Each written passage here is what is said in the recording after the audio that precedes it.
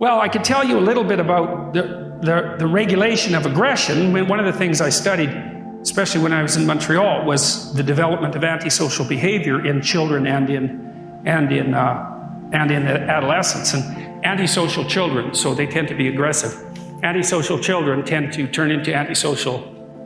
There's conduct disorder, technically speaking. Conduct disordered children tend to turn into conduct disordered adolescents, and then they tend to turn into antisocial and criminal adults. And so I can tell you a little bit about how that progresses, I think, because it's quite interesting, and it isn't what people generally think. So the first thing is, if you want to be criminal, the best way to do it is to be really low in agreeableness and really low in conscientiousness. Because low in agreeableness means things are for me and not for you, and you're not going to get me to do a damn thing that I don't want to do, and I'll stand my ground. And low in conscientiousness means you can do all the work, and I'll sit back and take the benefits. And so if you have someone who's really disagreeable and really unconscientious, you have someone who's starting to border on psychopath.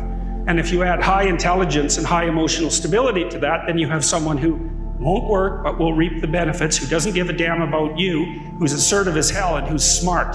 And a person like that's also going to be charismatic, because extroverted, disagreeable people are kind of narcissistic, but they'll put themselves forward strongly. And if they don't show any signs of fear, that also indicates that they're confident, and it's easy for people to confuse that with competence. And that's how psychopaths get away with what they're doing, although they have to move from person to person because their reputation will track them.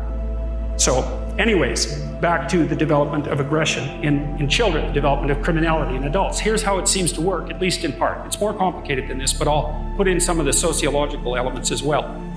So if you take children and you group them together in in groups defined by age, so let's say you have 32-year-olds, 33-year-olds, 34-year-olds, all the way up to 18. And then you watch them interact, and you code their behavior for kicking, biting, fighting, and property theft. Then what you'll find is that the 2-year-olds are by far the most aggressive of the lot. So that's pretty interesting, because you think, well, children are naturally peaceful, and if they're aggressive, it's because they learn it. It's like, no, that's true for a small minority of children. But there's a substantial number of children who are aggressive at 2 by nature. Most of them are male. Now that doesn't mean most children are like that, because they're not. Even if you look at 2-year-olds, who are the most aggressive human beings, most 2-year-olds aren't aggressive, but some of them are. And most of those are male.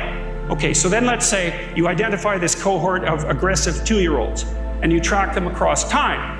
Track them for the next 2 to 4 years, or track them until they're 4 years old. What you find is the vast majority of the hyper-aggressive male 2-year-olds get socialized perfectly well. So by the time they're 4, they're temperamentally probably still more aggressive, but they've become civilized little monsters, so other people can tolerate them. And that means that they've had parents or peers or educational experiences that enabled them to learn how to interact productively with other kids and to bring their aggressive nature under control. Some of that seems to be mediated by the opportunity to engage in rough and tumble play. And that's one of the things that we know that helps socialize rats, for example. It's vital to them, but it also seems to really be good for socializing young kids. And rough and tumble play, which is something that adult males particularly like to do with young kids, by the way, not before 9 months because they're just too little, but once they become ambulatory and kind of puppy-like so that they're a little bit more robust, then you can play a lot with them, and you can play with them right at the edge of danger too, which kids absolutely go nuts for that. They love that. So when I had little kids, I made this kind of wrestling ring out of these 2 couches that we had that would hook together.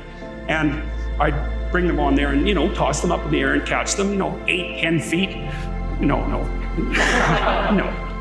a foot in the air and catch them. And they'd go like this, and then, I'd catch them and they'd laugh, and I'd throw them up and they're all freaked out, and then they'd laugh. And, so they're learning trust with that in an embodied way. And they're also learning, and this is from stretching them out and wrestling them and twisting them around and letting them pull on your hair and hit you and all of those things. They learn deep in their bones exactly what can hurt them and what doesn't. And you want to kind of push them to the edge, so that they can tell the difference between what hurts and what's still within the realm of the game. And you do the same thing when they're wrestling with you. So they learn not to, awkwardly stick their thumb in your eye or do things that are actually painful, like grab your lip and pull it. It's like, no, let go of my lip, you know. And so that seems to help regulate the aggressive impulses and help the child find a more appropriate embodiment.